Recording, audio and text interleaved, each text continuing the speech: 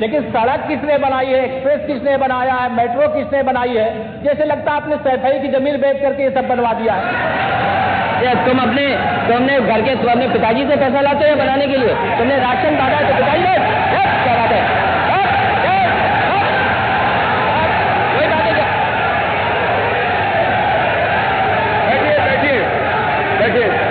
अभी बैठे राजेश जी, अभी बैठे सब लोग, बैठे अभी बैठे, अभी बैठे सब लोग, नेम जी बैठे, राजीव बैठो।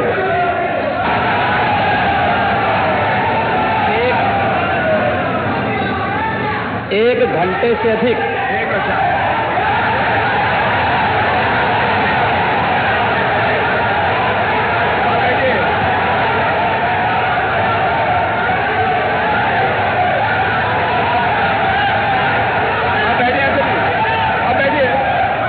माननीय अध्यक्ष जी, नेता सदन खड़े हैं माननीय, आप अनुमति दे चुके हैं, उसके बाद ये शोर शराबा ठीक नहीं है, ये उचित बात नहीं। अध्यक्ष जी,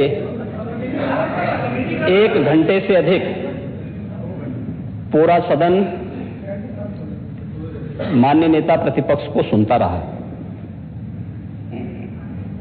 बड़ी शालीनता के साथ उन्होंने अपनी बात कही। विपक्ष के नेता का जो दायित्व था, उन्होंने अपने कर्तव्यों का निर्वहन किया। हम लोगों ने सुना। इस सदन में और सरकार के उप मुख्यमंत्री अपनी बात को रख रहे हैं, बीच में रनिंग कमेंट्री का मतलब क्या है?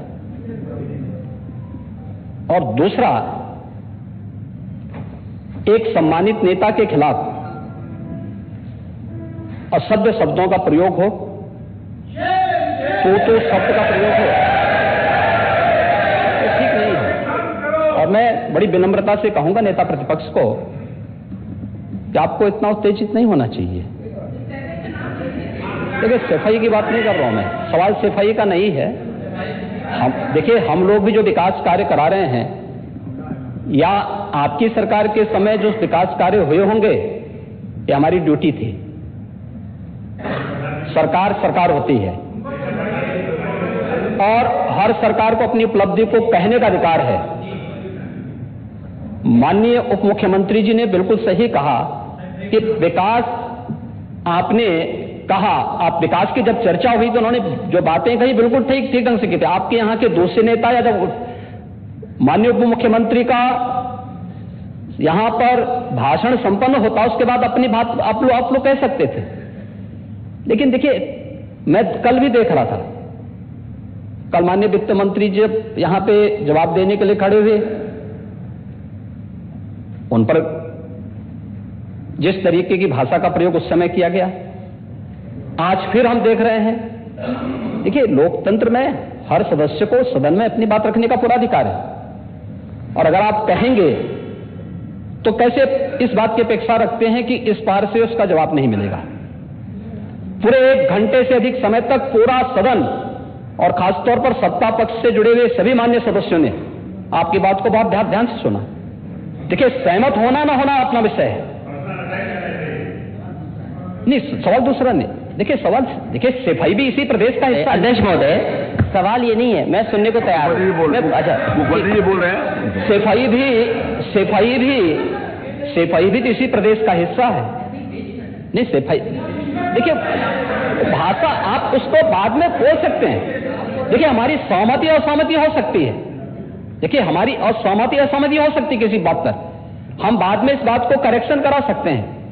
लेकिन तो मैंने शब्द का प्रयोग नहीं किया जाना चाहिए, और किसी भी असभ्य भाषा का प्रयोग नहीं होना चाहिए। और मैं माननीय अध्यक्ष जी से अनुरोध करूंगा कि अगर इस प्रकार की शब्दावली प्रोसीडिंग का हिस्सा बनी है तो कृपया उसको हटवा दें, क्योंकि ये गलत परंपरा होगी और मैसेज का देश के अंदर खराब जाएगा। हमें हमेशा इस बात को ध्यान में रखना होगा, सदन की मर्यादा का ध्यान हर हाल में बनाए रखना होगा। दूसरा, जब एक सदस्य बोल रहा हो तो सदस्य के बीच, और खासतौर पर उप मुख्यमंत्री बोल रहे हैं, तो बीच में रनिंग कमेंट्री करना, बीच में धमकी देना, ये चीजें ठीक नहीं है। और मुझे लगता है सदन की मर्यादाएं इससे आहत होती हैं, कोई भी इसको नहीं स्वीकार करेगा। और मैं विनम्रता से कहूंगा, माननीय नेता प्रतिपक्ष को उनका सम्मान है, वे सबसे बड़े विपक्षी दल के नेता हैं, और मुझे लगता है कि इस मर्यादा की अपेक्षा केवल सत्ता पक्ष से ही न करें, विपक्ष भी उस मर्यादा का पालन करेगा। तो दोनों का सम्मान बना रहेगा और ये सम्मान दोनों का बना रहे। देखिए, सहमति और सहमति लोकतंत्र की ताकत है, या आवश्यक नहीं। हम ये नहीं कहते हमारी बात से सहमत हूं, या मैं ये भी नहीं कह सकता कि मैं आपकी बात से सहमत हूं। जब मेरी बारी आएगी, मैंने तो पूरे 1 घंटे तक आपकी बात को सुना। मेरी बारी जब मेरे दल की ओर से मेरी बारी लगाई जाएगी, मैं उस दिन अपनी बात को यहां पे रखूंगा। मैंने आपके पूरे भाषण को इसीलिए सुना ही नहीं, प्रोसीडिंग मंगाऊंगा, फिर देखूंगा, उसका पूरा जवाब भी दूंगा यहां सदन पे। और मैं उम्मीद करूंगा कि सभी विपक्षी नेतागण उस दिन यहां पर हमारी बात को भी सुनेंगे। लेकिन एक सरकार के वरिष्ठतम नेता में से एक और उप मुख्यमंत्री, जो लगातार दूसरी बार उप मुख्यमंत्री हो रहे हैं, उनके द्वारा अपनी बात को रखा जा रहा हो, मुझे लगता है शालीनता से हमें सुनना चाहिए। अगर हमें लगता है गलत हो रहा है, देखिए बहुत सारी चीजें अगर हम भी इस बात को कहते, बहुत सारी चीजें नेता प्रतिपक्ष भी ऐसी थी जो आपत्तिजनक हो सकती थी, हमने सुना नहीं। हमें जो स्वीकार करना हो वो स्वीकार करेंगे और उसका जवाब देंगे भी, लेकिन बीच में इस तरीके की उत्तेजना दिखाना उचित नहीं है। देखिए, माहौल इससे खराब होता है और अनावश्यक रूप से बाहर मैसेज खराब जाता है। हमारे बारे में टिप्पणियां होती हैं, सदन के बारे में टिप्पणी होती है, हर एक सदस्य की मर्यादा भंग होती है और सदस्य की इसका सम्मान बाहर तार होता है, पब्लिक में इसका मैसेज खराब होता है। और इस प्रकार की शब्दावली का प्रयोग न हो, और अगर ये तो शब्द का प्रयोग हुआ है तो मैं आपसे अनुरोध करूंगा कि कृपया इसको सदन की प्रोसीडिंग का हिस्सा कतई न बनाने दिया जाए, क्योंकि ये आने वाले समय में नजीर बनेगा। फिर यही होगा जो इससे पहले इस सदन में होता रहा है, उस चीज को हर हाल में रोकना होगा। और मैं आपसे विनम्र अनुरोध करूंगा कि ये रनिंग कमेंट्री, बीच में धमकी देना, ये चीजें बंद होनी चाहिए। अच्छा होगा कि धन्यवाद। अध्यक्ष महोदय, जो बात अगर नेता सदन ने कहा कि कोई अनपार्लियामेंट्री लैंग्वेज या वर्ड्स आए तो उनको निकाल दिया जाए, मैं भी सहमत हूं। लेकिन मेरा अध्यक्ष महोदय वही निवेदन ये भी है कि किसी को पर्सनल नहीं कहा जाना चाहिए। सैफई, आपको बहुत ज्यादा सैफई की जमीन बेच करके हम और आप लोग को जनता हमें मौका देती है अपना बजट खर्च करने के लिए, आपको और हमें मौका मिलता है। मंत्री जी ने कहा ना कि कोई भी वो सरकारी पैसे से होता है। मेरा यही निवेदन है नेता संघ से, बहुत अच्छी तरीके से इस तरह की बात नहीं आए कि जमीन बेच करके कर दिया जाए। माननीय केवल मैंने ये कहा था कि जो आपके जिले के लिए जो 4 लेन बनी थी वो किसने बनाई थी? माननीय उप मुख्यमंत्री जी। ये बात है, माननीय सब लोग ध्यान से सुने, सब लोग। बीच में माननीय अध्यक्ष महोदय, बीच में जो भी अनुपस्थित, मैंने कहा जो कुछ भी हो। अध्यक्ष महोदय, मैं बीच में जब मैंने अपना भाषण कर रहा था उसमें नेता प्रतिपक्ष खड़े होकर के क्या कहे, शोर शराबे में बात सुन नहीं पाया।